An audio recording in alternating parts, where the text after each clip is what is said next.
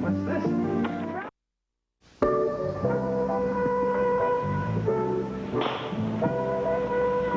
Oh, Heron, how beautiful. Oh, thank you, madam. You know, they're all from the Land Fair Gardens.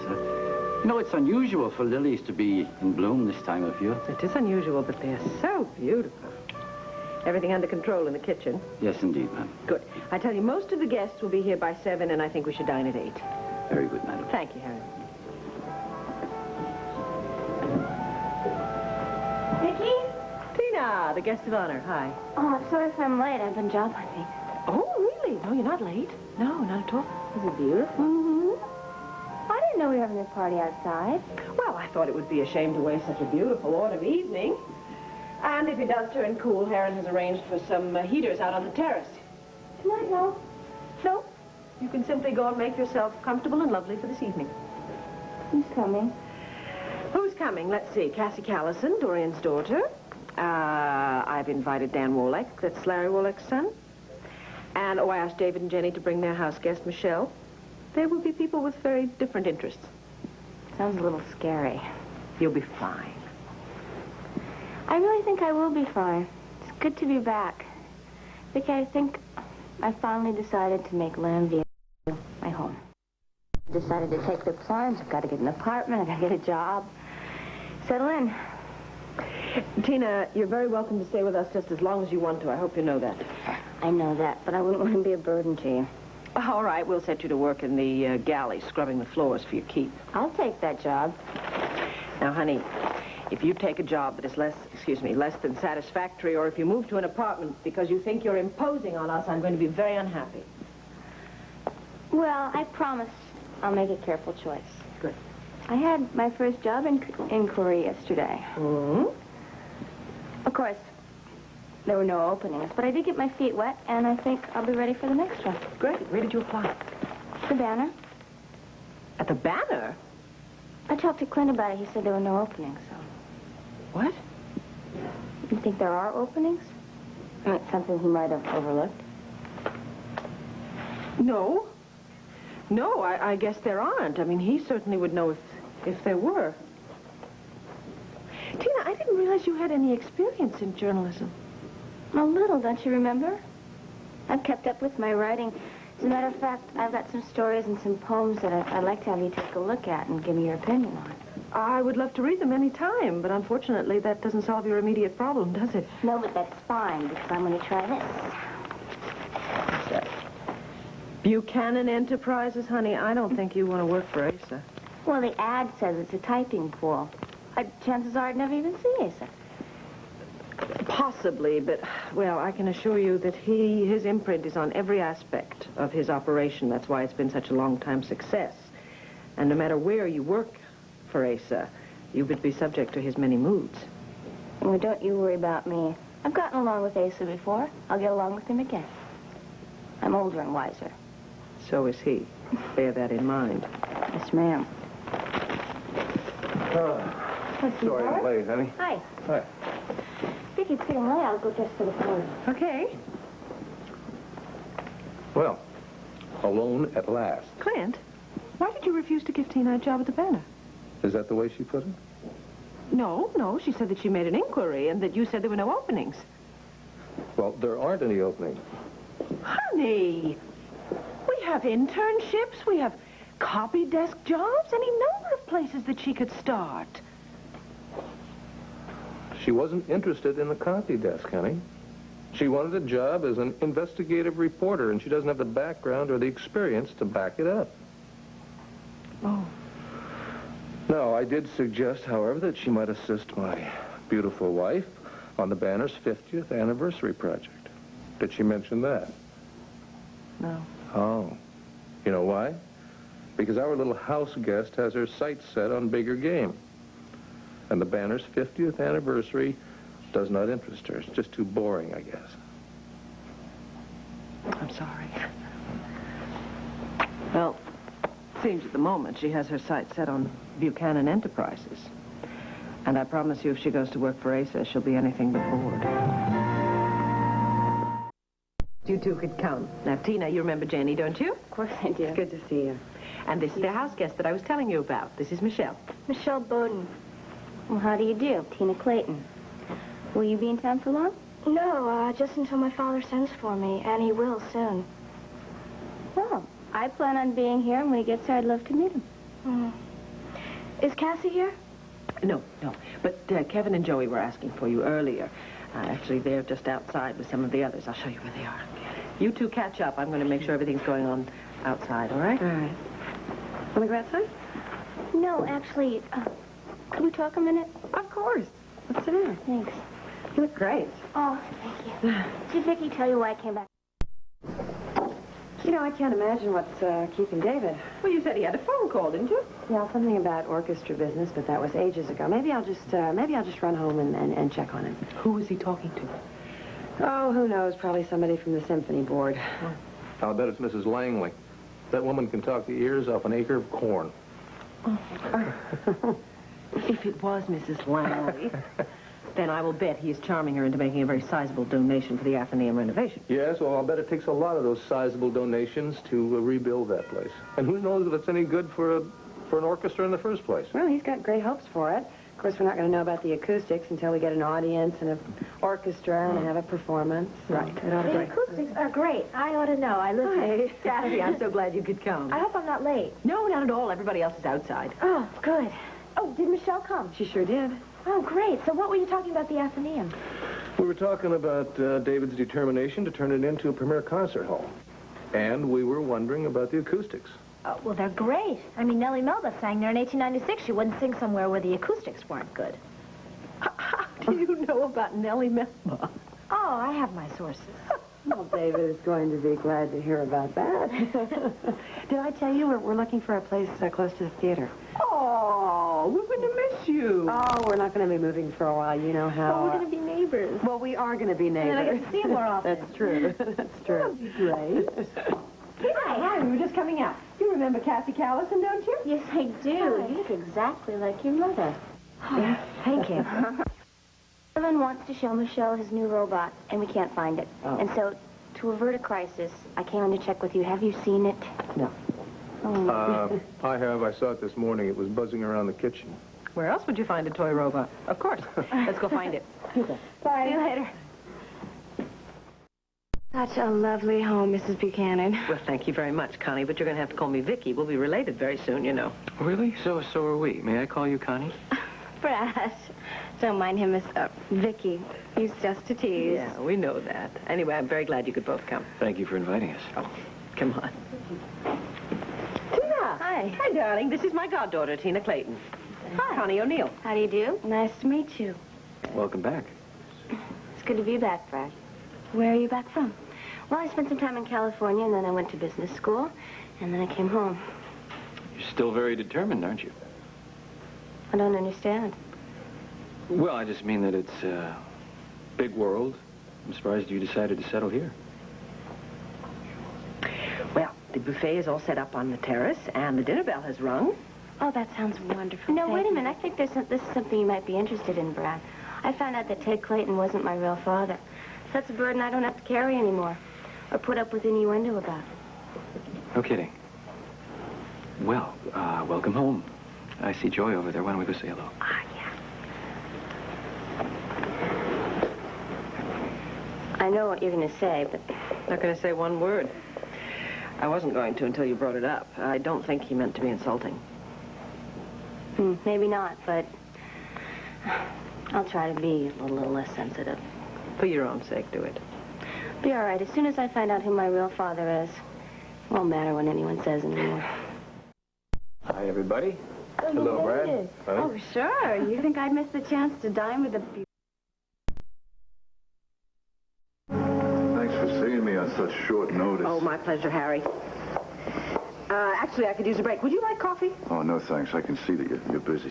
No, I'm glad you came by because there was something I wanted to show you. I've been working on this retrospective for the 50th anniversary edition of the Banner, and where is that? I came across this thing. In one of the stories I was researching, the big stories, it was the time when my father bought the pump factory from Albert Manning. And is this it? No. Oh, here it is. And there was a group photo taken. Now, That is you, isn't it? Will you look at that? You've got an eye, Victoria. This is the day they made me foreman. Mm-hmm. Kathleen was still alive then, God rest her soul. I still miss her, you know. Well, that's not surprising. That's kind of why I'm here today. She died. She left me to raise 3 daughters by myself. Why don't you sit down, Harry?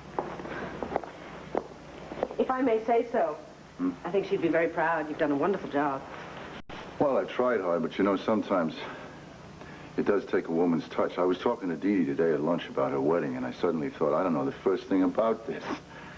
I mean, if she was going to marry some guy from the plant, it would be different. No problem, maybe, but she's marrying a Buchanan. That's a big social event.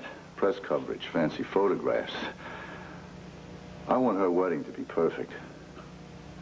I want her to be proud and happy, not embarrassed if there's something I don't know how to handle. Well, I hardly think that would happen, but I certainly understand. I would consider it an honor if she would let me help her out. It would be my privilege, truly. That is a load off my mind. I can't tell you how big. That's good. Tell me, have they set a date? November 23rd. November? Mm-hmm. That's right around the corner. Yeah. Ooh, okay. Well, I'll just give Dee Dee a call, and I'd like to offer land fare to her for the reception. You think she might accept that? I think she might. Good. Good. And I'll encourage her just to discuss the plans with me. I think this is going to be fun. Victoria, just one more thing. If, you could just keep this meeting our little secret. I don't see why not. Okay. As long as you promise to call me Vicky. Vicky, it's a deal.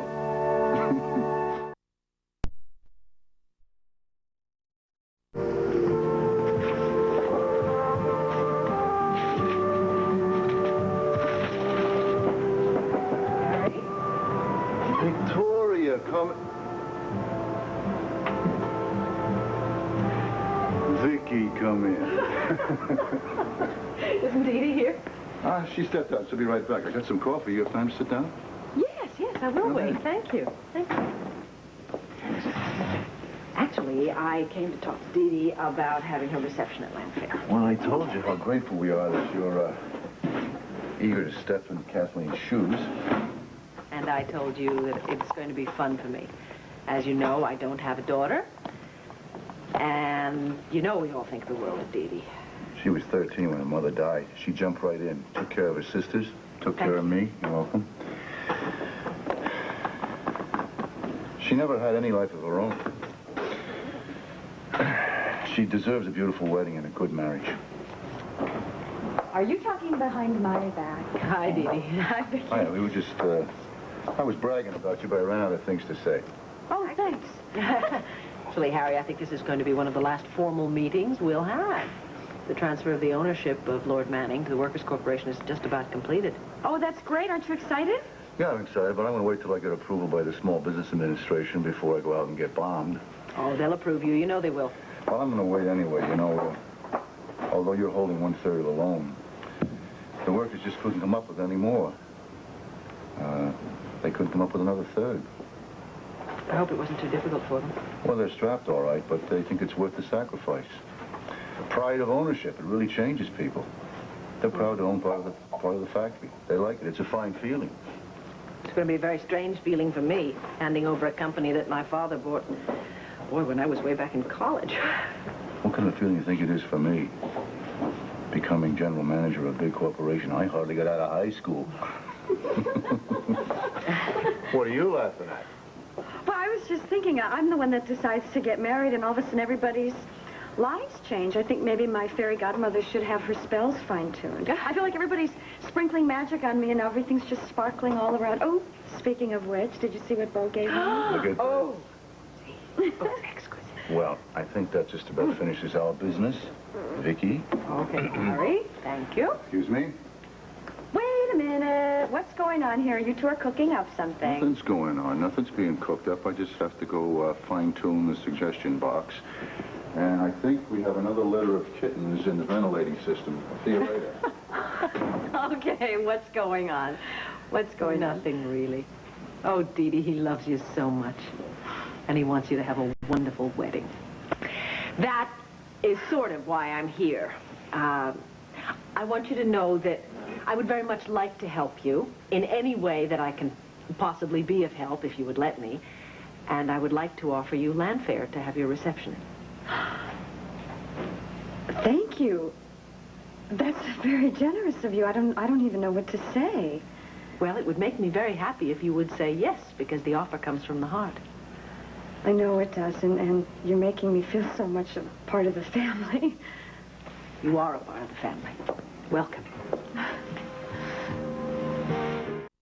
We just have 1 minute to sit and talk for a second. Sure, sure. I wanted to ask you something. Could you explain Beau's relationship with Drew? What do you mean? Well, he's given up all of his claim on Drew. Asa's going to legally raise him as his son. That doesn't fit. I mean, that's not Beau. I know. I fell in love with him because he had so much love to give. But that's true. That's absolutely true. That's Beau. But I don't understand how he can just turn away from his son. He can turn off his feelings about his little baby. Oh, Dee Dee, I don't think he has. I think that he has just decided that this is the best of all possible solutions. You have to remember something. That baby belongs to Becky, too. And Becky is married to Asa. Happily married to Asa. So really, no matter what Beau's decision had been, the practical result would have been the same. Asa and Becky will be raising Drew, not Beau. I can't help feel that I'm responsible for this, that he's doing this because of the way that I would feel about it. Look, that's possible, but you can't blame yourself. Because whether or not you had become involved in this, the situation between Beau and Asa had to have been resolved sometime. I'm amazed it went on as long as it did. Well, so what do you think is going to happen? I think it's going to be all right. I think if everyone behaves decently, Drew is going to grow up in a very loving family. And when he gets older, he's going to find out that life is just a little more complicated than most of us would like it to be. But, you know, that happens to most of us. I'd also like to say that Drew could do a lot worse than to have Asa Buchanan as his father. Asa worships that child. I know that. That's not really what bothers me the most. What is it? Beau and I are going to start our marriage off with something looming over us that we don't have any control over. It's going to be like starting our marriage with the loss of a child, almost. All right. You won't be able to forget it, but you're going to have to push it aside. You absolutely must, for both your sakes, because you and Beau are on the threshold of a wonderful life together. Let me give you just a little bit of advice. Dee Dee, every single one of us has a few really big problems in our lives. And for some of those problems, there just are no solutions. You have to compromise. And you have to accept arrangements which are not satisfactory to everyone. And you have to learn to live with them. That's right. You have to learn to live with them.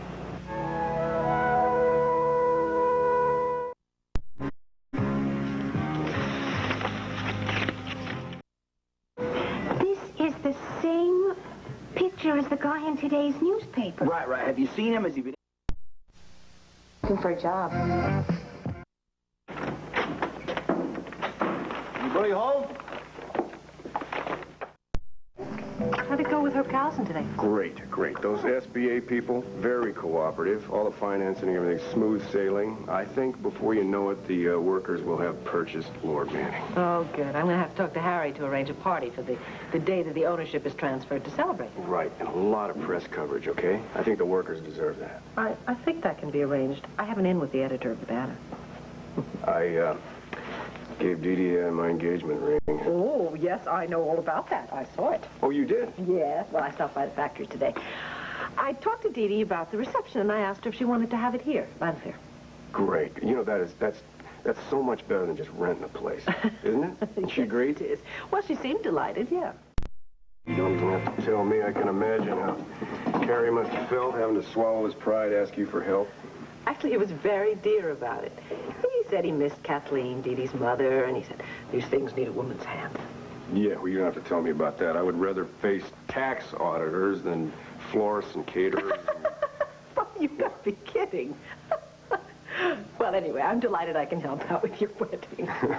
Have you decided where you're going to take your honeymoon? No, I think that's going to be a pretty good topic for discussion tonight at dinner. Uh-huh. You want to join us, you and Clint? We're just going to Giorgio's. Thank you, but thank you. Clint is going to be working late at the office tonight. You know, I didn't hear any news bulletins or anything today, but any word on how close Rafe and Ed are to catching Bowden? No. I did talk to Becky. She said that Rafe is absolutely exhausting himself, knocking on doors and showing Bowden's picture around everywhere, but he's not getting anywhere. Gosh, I sure hope some other cop finds that dude before Rafe. Probably Clint telling me he's even later. Hello. Hi, Vicky. It's Dee. Well, hello there. If you are looking for a very handsome young man named Beau, he's right here. Hold on.